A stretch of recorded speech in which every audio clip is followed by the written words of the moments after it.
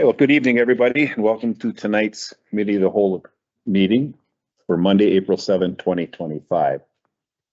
We have met. Official notification, call to order, please, and roll call.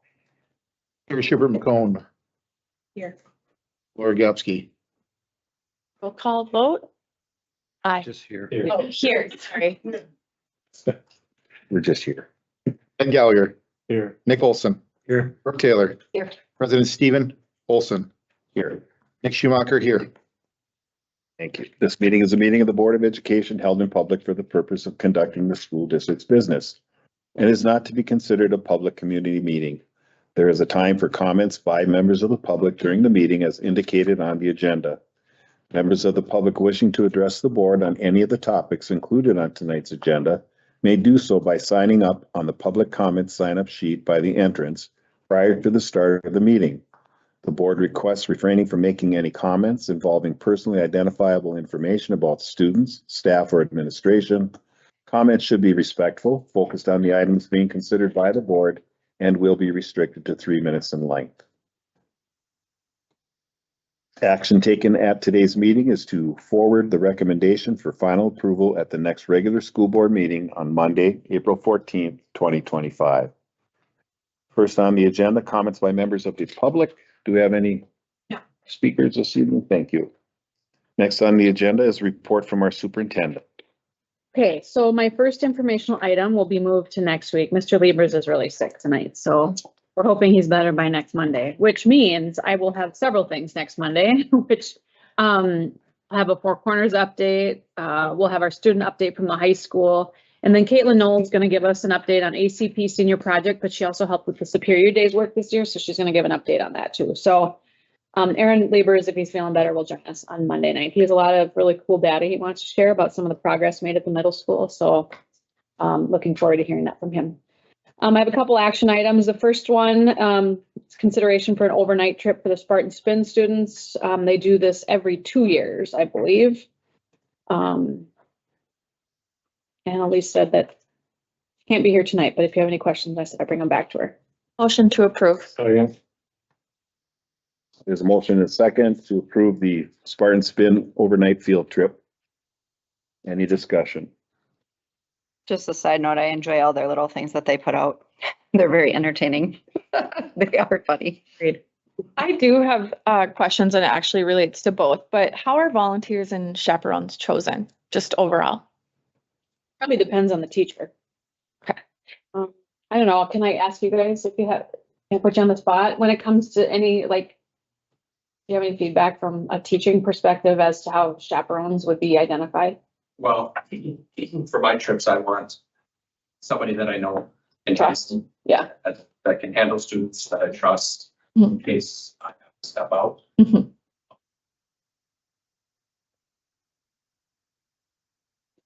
Still gonna be employed by the school district. Yeah, yeah. Typically they lean towards having another staff person if we can, or a parent or something, but Then, I guess to teacher discretion, so. okay, Yeah. and just no acronyms. That's always helpful. I'm not saying that specific one did, but just in general. Yeah. Crystal, is that journalism? Is that what it is? Yes, The- journalism organization. Okay. Association. Okay. In Nashville. Okay. Okay, sorry, thanks. There's a motion and a second. Is there any further discussion? Hearing none, all those in favor signify by saying aye. Aye. Opposed? Motion carries. Next one is consideration of an overnight field trip for 8th grade science students to attend the Lake Superior Youth Symposium. Question approved. Second. Motion and a second. Is there any further discussion?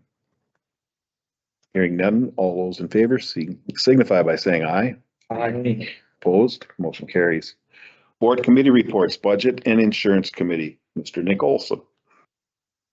I have one action item, gifts, grants, and bequests. Administration recommends approval to accept gifts, grants, and bequests received in March 2025. Motion approved. Second. I have a motion and a second. Is there any discussion? Thank you for everybody that's on that list. We really appreciate it. So no more discussion. If I could, Jamie, sorry. This the new scholarship fund Coca-Cola, any, do you know anything about that one or? Kind of a neat thing, we are forbid for our beverage service at high school. And we get some funds earmarked for, to go back to our students, all the money that parents spend and how it goes back and how we're gonna do that. And this was an idea that we kind of came up with a partnership from Coke, from the money that's coming back in. Where we have the $3,000 from Duluth Coke for, the next 5 years to do two $1,500 scholarships. Wow. We're kind of excited about Mhm. Yeah, it is neat. it. Yeah. Thank you for that. Shit, where was my We need diet Coke? sponsor. Coke. Any other discussion? All those in favor signify by saying aye. Opposed, motion carries. I have no discussion items, couple informational items. We have an equalization aid update from Mr. David C.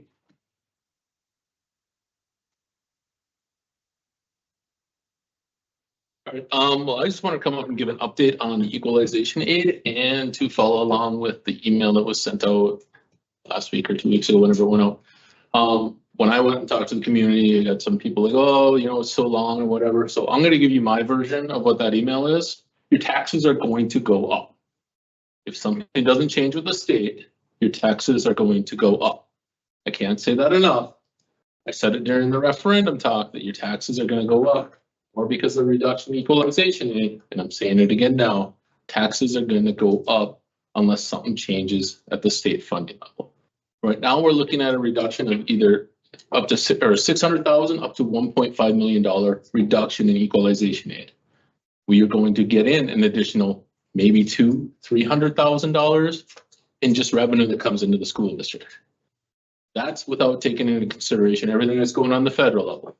Medicaid itself is $500,000. Could just be gone. The federal funds are on $4 million.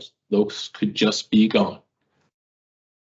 When we say what happened at the referendum, that referendum was based on all the numbers that are out there and how much we get as a school district. So what is happening at the state level is equalization aid gets calculated by 3 core numbers. The first one is cost, shared cost. The more you spend, the more aid you get. It kind of defeats the purpose of being fiscally responsible because as you spend less money, they say you need less money. So now your taxes are going to go up. We are very responsible as a school district fiscally, and we've been trying to cut costs, cap costs, so we don't keep spending. One of the things that's out there is Milwaukee. They passed their referendum, was it 2 years ago? And then the big thing they said is, hey, don't worry, this isn't going to affect your equalization aid. This is referendum. This is going straight out to Milwaukee County taxpayers, except they got a whole bunch of money in on their referendum, so they spend more money, which means, hey, Superior, you haven't spent more money. Milwaukee has. We're going to take some of your money. We're going to give that to Milwaukee. The second one is property values. Property values are skyrocketing. I think it was 17% 3 years ago, 13%, and now I think this past year is like 6%, something like that. As the property values go up, and if they go up more compared to other areas, then your property taxes go up because the state says you guys have more money because your property is worth more. But you really don't have money until you sell your house. So everybody else that just keeps living in their house for the same house for the past 30 years, they don't have any extra money, but your taxes go up. Again, uncontrolled by us. We cannot control what other districts are spending out there. We can control how much we're spending, and I don't think it's our goal to be just spending money to increase our probability of getting more equalization aid. The final and the third one is enrollment. Enrollment in Superior is going down. Enrollment in the whole state of Wisconsin is going down. But the big thing I hear from people is, well, get more kids. The amount of open enrolled kids is staying flat. We're not losing more kids because they're going somewhere else. We're losing kids because we graduate 363 and we have a kindergarten class of 261. 240. 240. They're just gone. We can't control people to have more kids. We are doubling down though. Right now, we are going to make an effort. We're focusing on those kids that are open enrolled out of our district, and we are going to go after them. We are going to, we're gonna target them. Coming for you. Where's the camera? It's the other David. Oh, yeah.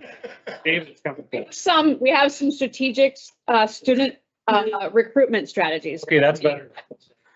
Public relations. Where's that? I feel like that is like the skit of the interpreter. David, start writing his stuff. Sorry, Dave. Even if we get if we can pull those kids back, it's not going to be a huge thing because again, we're losing 100 kids every time we graduate a class out. And we can't, Maple doesn't have that many kids. Solon doesn't have that many kids. We can't take a whole bunch of kids. And that's where you see other people that gain a whole bunch in an open enrollment. It's because they're taking the kids from a larger district. We are the large district because we're border locked off with Duluth. So like I said, we're looking at maybe a $300,000 in revenue increase. Expenses are going to go up. We have our CPI increase. We have to pay our staff. We never even pay up to CPI. We don't ever get close to CPI. We have to give them something. Utilities. Everybody gets worked up about how utilities at their houses are going up. I know I did.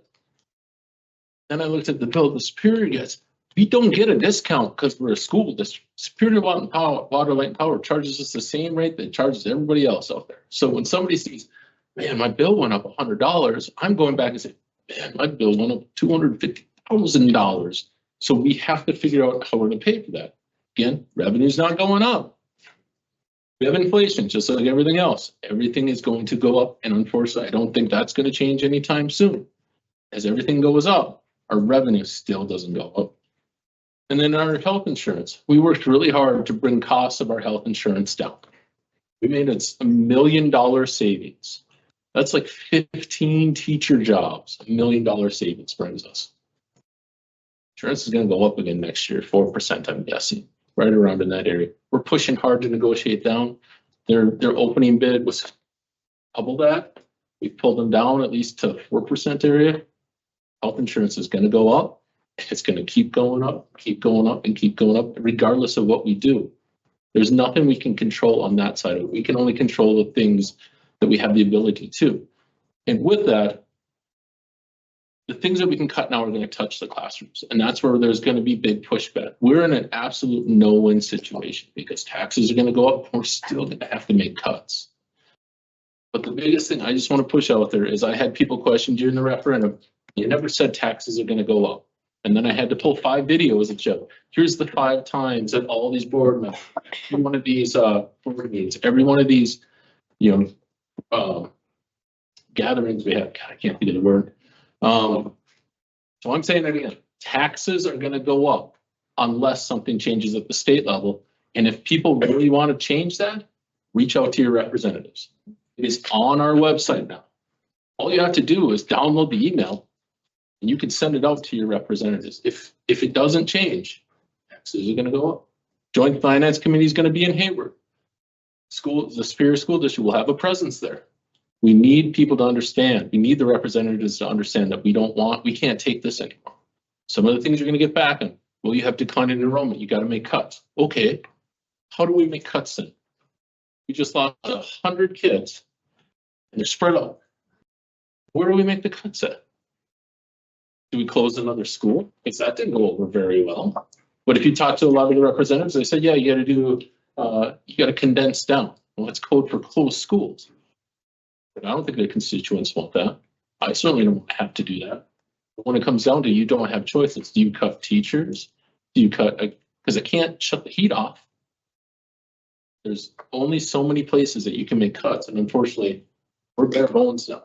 If you go back, 200 school districts within the past 2 years have gone to referendum.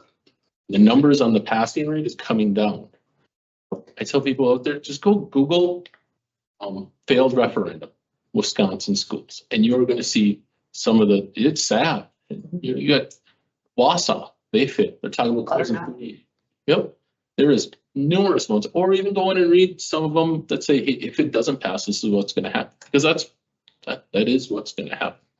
So that's all I had, I guess. Did you end on something positive? It's super nice outside. Yeah, this meeting's going really fast. We want to get out of It's chilly. It's sunny out, but it's chilly. We're under budget this. I figured you'd end on like positive. We're fiscally responsible. That is one thing. We are going to, this is really preliminary. We're not going to run into a deficit this year. We are we are very fiscally responsible. We're engaged by our teachers, our staff are really engaged by it. What I really want to see is more engagement from the community. And frankly, what I really want is when somebody sees somebody on social media bashing us, step in and say, hey, that isn't the truth, because it's so hard just sitting back and reading these things that are totally false. But And to call you if you have questions. I think Yes. once people call David and ask some questions. Yeah. That's the thing, David, you are more than willing to meet with people, and I think that's a positive thing to end on, is like, if people have questions, you're more than willing to meet with them, and I've seen you do that and referred people to you for I the do think we information. could consider doing some additional sessions just to educate our public on our financial situation. I think that's something we could be thinking about in the next 6 months. Thank you, David. And I appreciate the transparency of it and the education of it, and trying to get that out so that people aren't shocked if and when cuts happen. They understand a little more of what's going on. I think the frustrating part for me is, we present all of these things to our legislators, and you say, so what do you want us to do? And there's no response. There's no solution. So they understand and see the situation that we're in, but they don't give us a good solution. Power. Yeah, they have the power. We don't. Yes. And so it's really frustrating. And I think seeing that they're not quite willing to work together. And again, this isn't a political thing. Our kids are not a political thing. So it's been eye-opening and frustrating at the same time. So it's definitely a fight that needs to be fought. And I know I've sent, kind of being that squeaky wheel, I've sent it obviously as a board member, and then it's very easy to download that template and send it. And so I've sent it as a parent as well. So just continuing to keep going.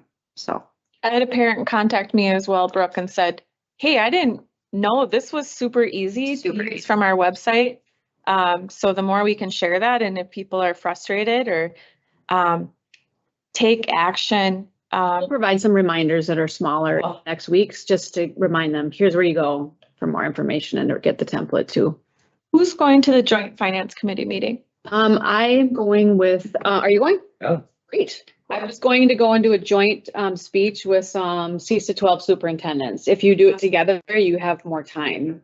So we were going to kind of have a speech that goes off of each other so we can get more time. I was talking to Steve about it. I'll be a parent at that point, but I was, considering going as. It'd be great. Just a parent. It's not just. Not just- You're not, yeah. Hey, you know what? Join you. Okay, Fund 10, revenue and expenditure preliminary reports. I just have a few questions. Revenue, so other taxes, we got 250,000 that we didn't budget for. Can you explain that? From a kid with the city of Superior. So those I can't really forecast because they come at random times. So we got one 2 years ago, so you're not gonna get one for a while, and then they probably. Another one. $50,000, but this time you're really not gonna get one. That's nice. And it's one-time money, so. Sure. Just was wondering. Yep, so the school that we sold, we'll get something from that in like 20, 30 years, because that's a tip. Okay, gotcha. And then our open enrollment, we haven't received anything. Is that like a one-time thing or? Get that in June with the equalization. Okay. And then we got over double our refund of prior year expenses, which is about 50,000 more. Workers' comp audit dividend came out higher than anticipated. Cool. And then miscellaneous, I just don't like that category.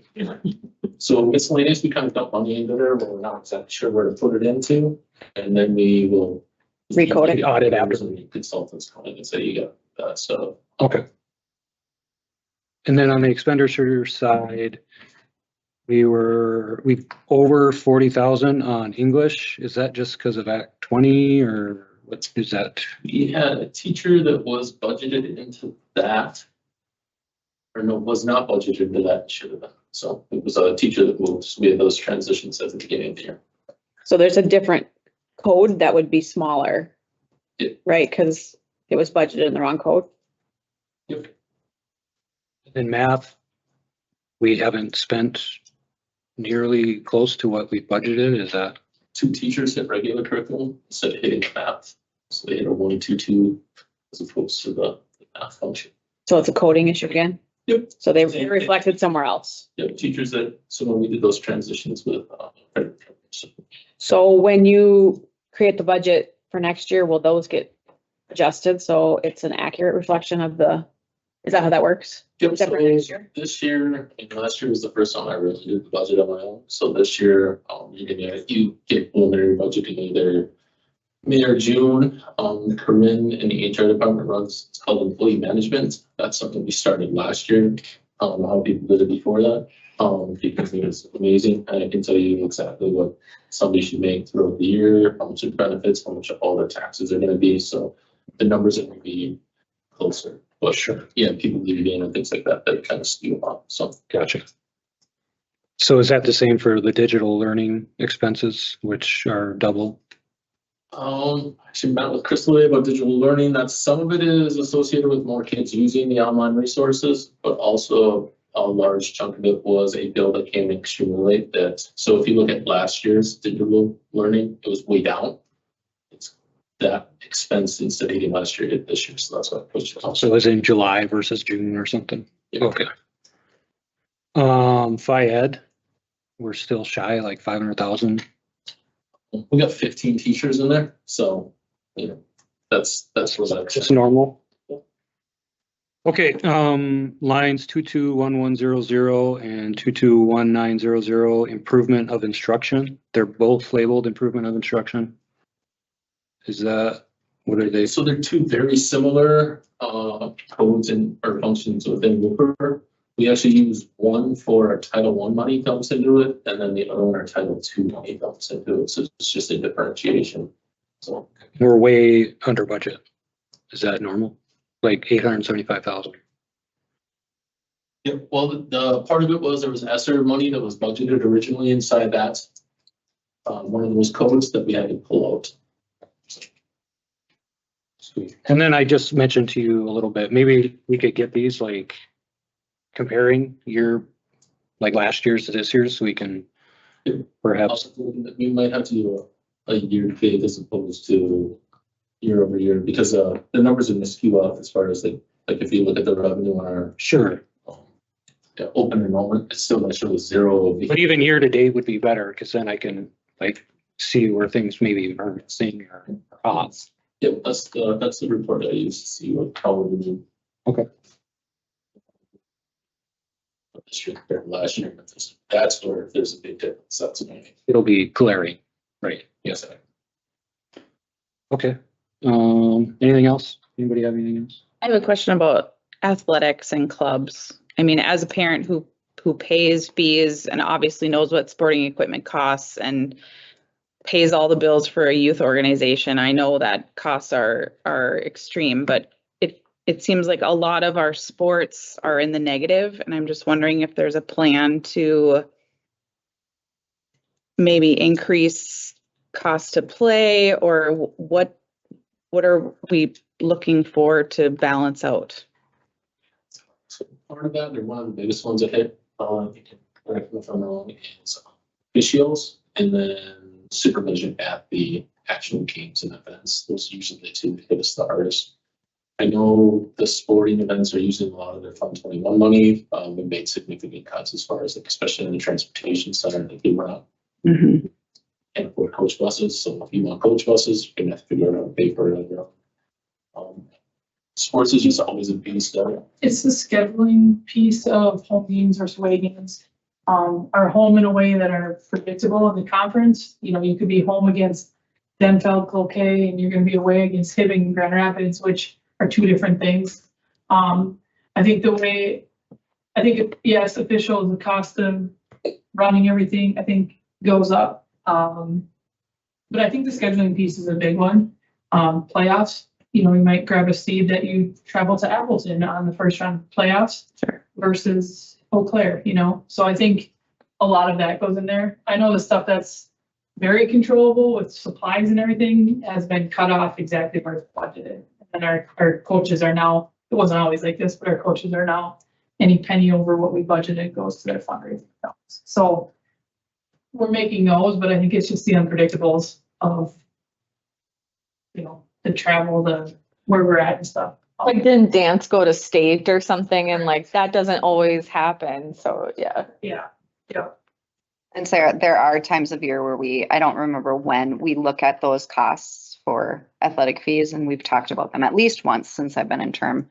And it was raised. And it was raised. We raised it twice, actually. Yeah. And I believe, Years in a row, yeah. as a travel parent, I know what those fees are, and we have very minimal fees, honestly, for our kids. And I'm always in support of a family cap and scholarship options for our kids, but I do think that it can be considered to be raised again, to be honest. And the fundraiser that they did, that was one of the most successful fundraisers, the $25, that was through the school district, right? The $25 gift card thing. Does Yeah. anybody know what I'm talking about? Yeah. Okay. It will be in the future. Right now, we're actually in the midst of a all-marathon thing. We're getting text messages from kids, and then we're supposed to be getting phone calls. Yeah, so that's kind of, that money is going to our Fund 21 budget, which we buy a lot of things out of, but then also goes to the students' teams as well. So, yeah, and so that isn't reflected in this, because that's kind of in the Fund 20. But that's what's paying for the buses. That's our transportation budget is significantly lower this year because our students are paying, teams are paying their fundraising too. So are you saying when we're donating for the hour-a-thon, the money that we're giving our player isn't necessarily going to that sport? It's going to all the sports? Percentage is going to the sport. Percentage is going to the fund that is covering the cost of, the way we use it is uniforms, weight room staffing, and extra equipment that this budget doesn't do is the big fund. We have a uniform rotation. So we that fund covers stuff that every single athlete and kid in activities, more so athletes, are going to get hit. So every uniform rotation and weight room staffing, I would say, are 85% of what that is.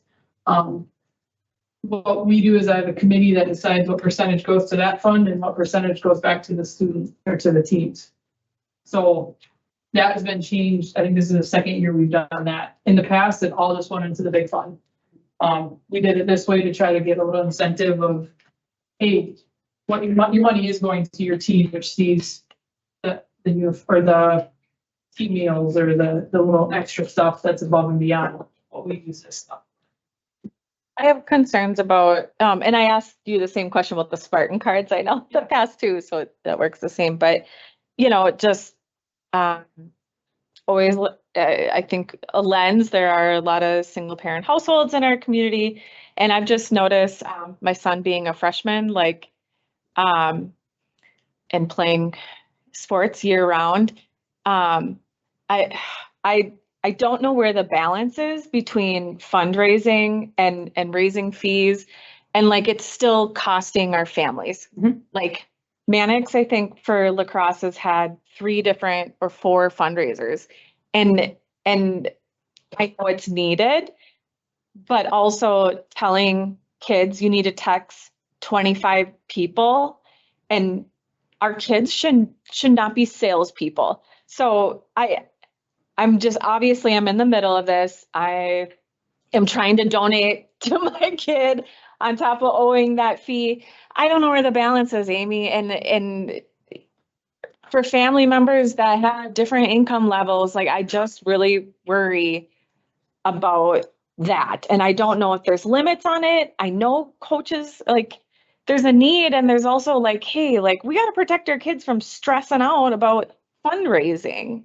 Maybe it's a communication thing with coaching and the kids, because fundraising isn't mandatory by any means. And no, Doesn't have to, but that's what I'm saying, the communication piece, because I'm sure there's a lot of, 25 people. I'm sure there's a lot of pressure to do so, but I don't think it's mandatory. I don't think it's required. But there's no consequences, right? I mean, there probably isn't, but there's pressure to do it, right? Because if everybody just said, I'm not gonna do it, then there's no point in having the fundraiser, right? So, I mean.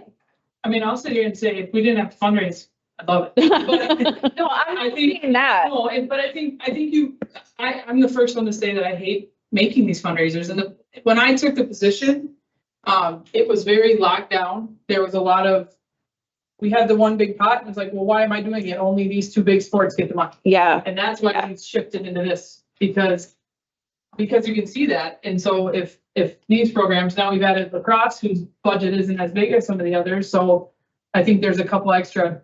With fundraising, they all are coming through me for approval. We also had businesses who were like, stop hitting us up every 6 weeks. Right. Which that's extremely hard to control as well. I know David is starting to get in Right. to that too. I would love it if we didn't have to.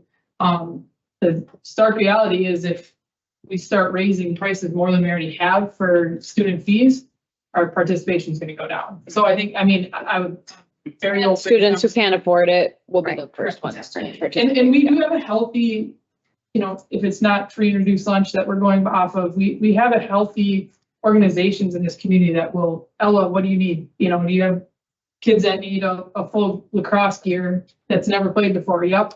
My equipment guy actually has been doing that. We have these nonprofit foundations and donate, we try to use that as much as possible, but, yeah, it's crazy to try to wrap your head around what that looks like. Because the point is to get kids involved as much as possible and we don't want money to be a barrier. I think that's been a huge piece of. I think that's why that gift card fundraiser was so successful, because it not only benefited the businesses in the community, but you could use it as gifts. You weren't hitting up the same people and you were actually getting something that was of value that you knew was going back to the school. The Spartan cards are great, but you got to use them to make it worth it. And I'm not going to buy 5 of those for myself, and you're hitting up the same people that are paying the activity fees for the hour-a-thon thing. And it's hard. It's hard. I'll echo off of what Laura said, having 6 kids, it's like constant fundraising and PTO, PTAs, and it's a lot and you only have a pool so big, but I understand the needs. So it is a balance. And I've just gotten to the point personally where it's like, I do what I can, but I get that pressure feel too. So I hear you. I hear you. Thanks. So do all fundraisers, the coaches have to give you a heads up? Yeah. Okay, cool. Actually, all fundraisers go through David's office, right, David? Or is that separate? You only do they're separate. They do have to fill out the application through me. Okay. And then get the approval. Because we've also had situations where we've had maybe teachers who want to do a fundraiser for an activity, but they already have money in their activity fund. So we don't want to go and do additional fundraising if we already have funds in the activity account. We should use it. If we're going to raise money, we should use it that year while the kids who raise the money can access those funds. Agreed. That's good. Thanks for that. Good questions. Good conversation. That's good conversation. Anything else? That concludes my report, Thank you. Mr. President. Very extensive report, Mr. Olson. It's usually the most boring. Yeah. Sorry, Dave. Sorry, Dave. Next, our Personnel Negotiations Committee, Brooke Taylor. All right. Administration recommends approval of the April 2025 new hires and separations report. Motion approved. Second. Motion and a second. Is there any discussion? See that Scott Waring is one of them that is resigning or has resigned rather. He's been with us for quite some time, so kudos to all of them, but Scott, very, very special person in our school district. Any connections? Any further discussion? Hearing none, all those in favor, please signify by saying aye. Aye. All opposed, motion carries. Administration recommends approval of the changes to the employee handbook for the 2025-2026 school year per the attached summary. Motion to approve. Second. Motion and a second. Is there any discussion? Can I give a little background here? Yeah.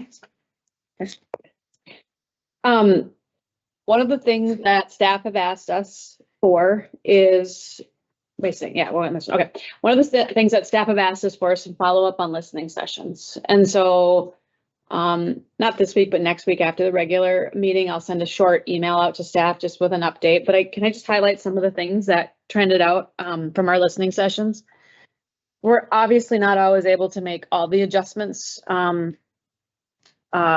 each year, but we work hard to try to address some of the concerns that come forward. So some of the common things we heard in our listening sessions was, can we use PTO to replace the sick and or vacation time? We heard that from the teacher employee group. We think we need more time to investigate that. We'd like to look at more handbook options as to how other districts do that and what that would look like. And so we need more time really to do that work well and do some more investigating of the implications of that. Another question that came up was, can we use a sick donation bank for people who are in need of more sick time? Can other staff donate sick time? That really is not a feasible option moving forward. There are some tax, some legal, and some confidentiality aspects that go along with that. And so we don't see that as a viable option moving forward due to some of the legalities. There was a question about looking at teacher longevity pay, or adding additional vacation time for teachers who are at the end of, who've maxed out their steps. And so we don't have that on the agenda for this year, but it's something I think we need to continue looking at. We had across all of our employee groups, really all of our schools still voicing concerns around some of the health insurance concerns. We do have a meeting coming up just to talk through some specific issues that we're seeing across all of our schools. So we're going to continue to problem solve our current plan with our current insurance and with Essentia. We've talked about contract days, so you'll see some reflections up here when it comes to professional support staff and admin around the contract days. And then, yeah, so I'll just kind of leave it at that. But I don't know, did you want to add anything? I think what's Big trends. what's important is that these listening sessions, the opportunity to voice that the teachers get to have in a large group. We've been able to sit in on these now, and I think it's very beneficial that we get to hear it. We're not there to micromanage what administration is suggesting or going to do, but at least then we have some context of what is going on. I think it's important that the teachers, whoever's listening tonight, or how we get this word out, that you are addressing it, that they see that there's actual action plans going in, because sometimes it gets lost. Well, we have these sessions, but what's really happening after this and stuff. And I think you've been very pointed in making sure that we're following up on some of their suggestions or concerns. I think we as a board are really trying to, again, work as a team here. Also that these listening sessions aren't for nothing. So trying to give when we can give, and just acknowledge that we've heard, but we may not be able to, meet all of the things that they're asking for. But again, it's important to listen. So I did have a question. I know we all got an email here about clarification on one of the parts here. So it's on the part 2 teachers, and it's on the new section, H, 2 work days, no more than 50% of the time being principal directed. And so the question, I think, was for clarification on that, because perhaps one school would do something different. So does the 50%, no more than 50%, does that have to be in there? So this isn't a change this year. This is something we added last year. The only change was Molly just took out the wording up there that says, so that is just in there. This isn't a change. I don't remember all the context that went into this change before, but a part of it is sometimes principals need to pull their staff in and work through continuous improvement plans or school goals, things like that. And so having the ability to do that. And I've really gotten to a place where that really needs to be principal led, because what the middle school might need is going to be different than what Bryant needs or the high school needs. And so that really depends on what principals and their shared leadership teams decide what that needs to look like. So I think we just tried to articulate, there may be time where the principals need to have staff meeting that day that go into those work days. Can't that be done during the 8 staff development days? I'm gonna be, I just got this, so I haven't seen this. I have to look back at the whole schedule as to kind of how this is meant to map out what we typically do. Sure. So, Do you think for next week, there could maybe be some clarification and maybe just to figure out if that is something that can be removed or if there's a reason why there's it's. a reason why it's in there, and I Okay. prefer not to remove it, but I need to go back as to what our calendar looks like, and this is typically aligned to what we typically do. And I understand the needs of the different schools, but I also understand feeling like if one school, gets all the workday for them, some teachers might feel, a bit unfair in that. I also think it allows flexibility too, Mhm. that if that were to happen at the same school all the time, then I might have a conversation with that principal, right? So let's just say theoretically you just remove the whole sentence about 50% of the time principal is directed. Now, I can't imagine if a principal needed to fix something or do something, not just gonna go do it and work with them, regardless of whether it says 50% or not. The problem is if the principal needed to have a staff meeting that day, this language doesn't allow them to have a staff meeting that day. Right, but we've got 8 staff development days to have staff meetings if they want. Well, they can have staff meetings. I guess I just asked, let me go back to the calendar and look, because like, for example, it might be, I don't know, like, I just can't even think of an example. I need to go back and I look. just think we keep hearing a lot that, and I think where this came from is we've had X amount of staff development days, but now the teachers got to sit through a motivational speakers and meetings and whatever all this day. So they're not having time in their classes to actually like organize their workload or organize their class or do whatever they need to. I think the 2 work days came up just because they just wanted days where they could just organize their classroom and organize their curriculum or their workload or whatever, and not be interrupted by all the other stuff they do on the development day. Like, for example, here's one example I just thought of based on your example. One of the requests we hear at the high school is that they need time between semester 1 and semester 2 to do grades and get ready for semester 2 classes. That's what they're going to use that time for. However, Bryant and the elementary schools, for example, they just got through their benchmark testing. So they need to come together as a staff and they need to look at their school goals. They need to talk through those things. So at the high school, that time was intended to help with that time between classes. Does that make sense? So We should differentiate then between the levels. I hesitate to put too much in here, because what happened, like this year we had an Act 20 law that we all of a sudden we had to figure out, right? And next year, what's going to happen there? So it allows some flexibility. Yeah, I mean, yeah.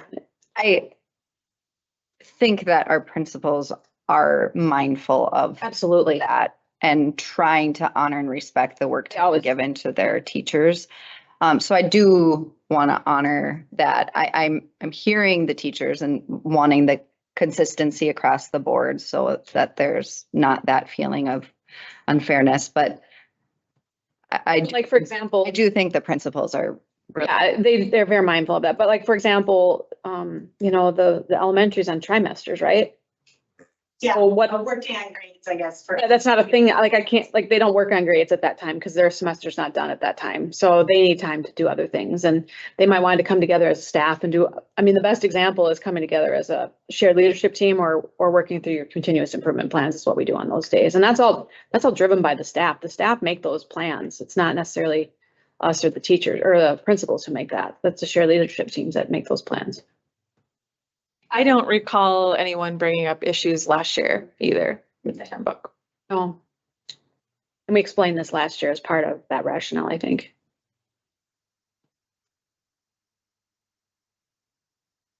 I'll bring back more information next week. Is that okay?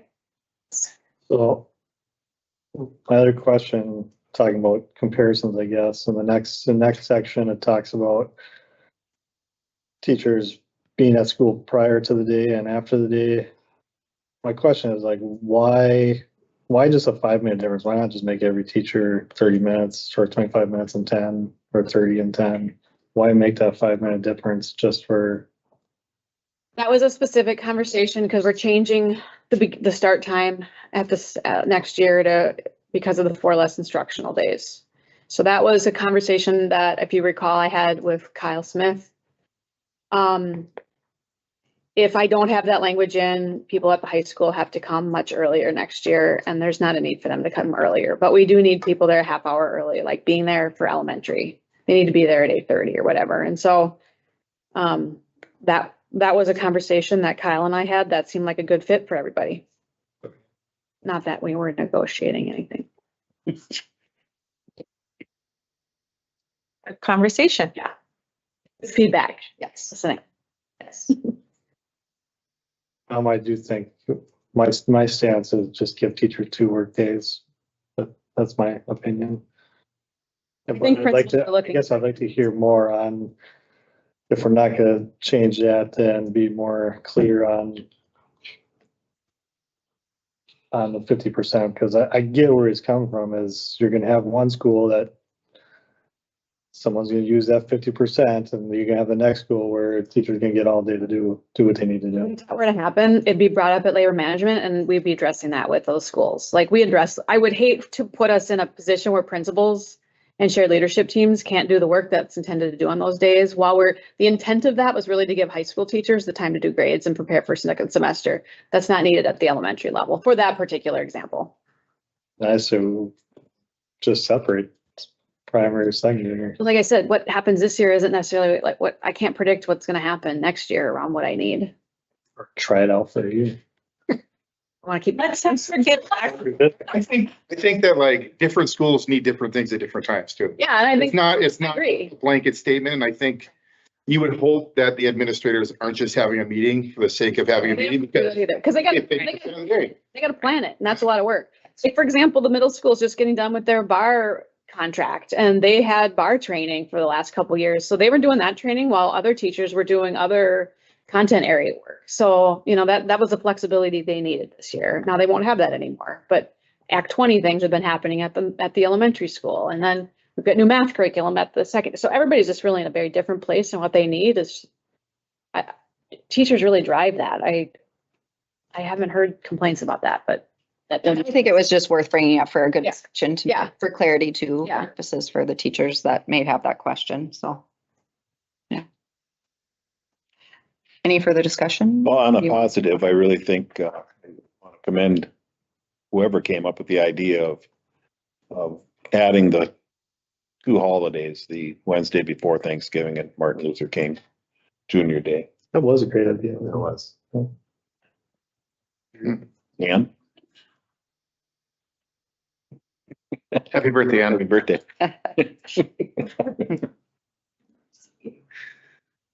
Right. Any further discussion? Hearing none, all those in favor, please signify by saying aye. Aye. All opposed, motion carries. I have no discussion items and no informational item. That ends my report, Mr. President. Right. Teaching and learning. Mr. Schumacher. All right, no action and no discussion. Informational items, Crystal Hinsman, Director of Curriculum Instruction, update on elementary literacy resource training. Everybody, I realize I probably should have said this as a mini Act 20 update, but the literacy resource training is just one small part of that.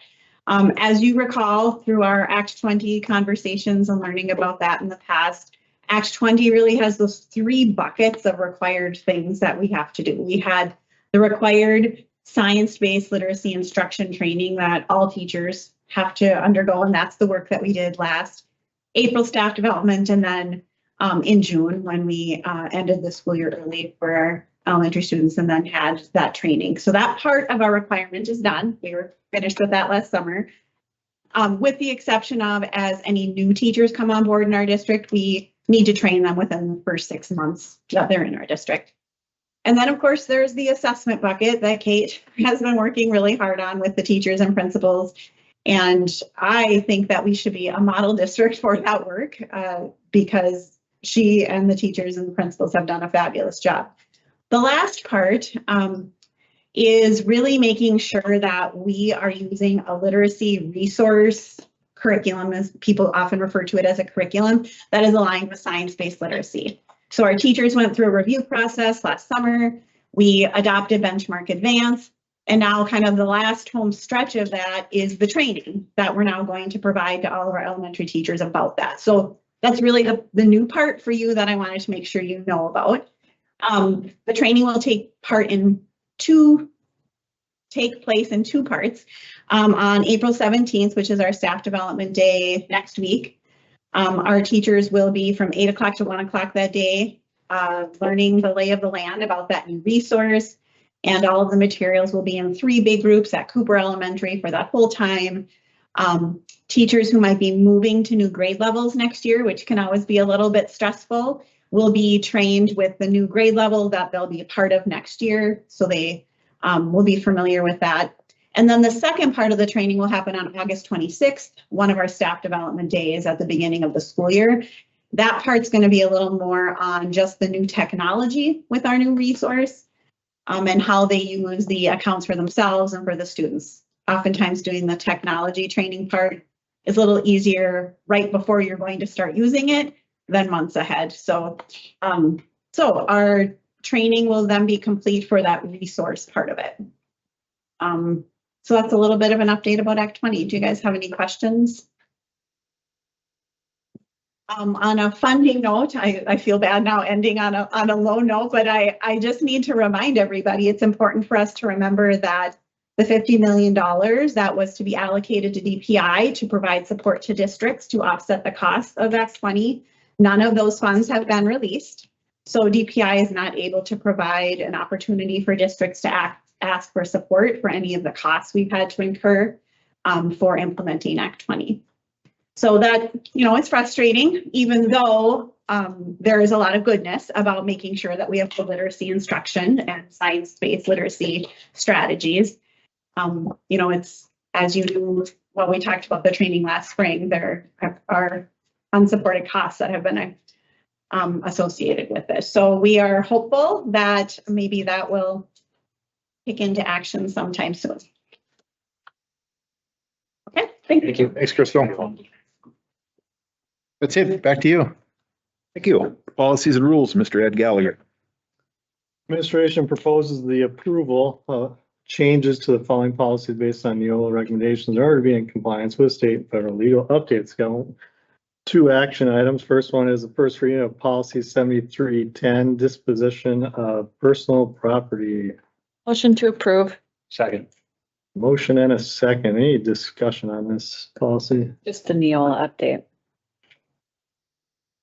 Hearing no discussion, all those in favor signify by saying aye. Aye. Any opposed? Passes. The next one is a package deal here. In early 2025, a federal court decision vacated the 2024 Title IX regulations, effectively reverting to the 2020 rules nationwide.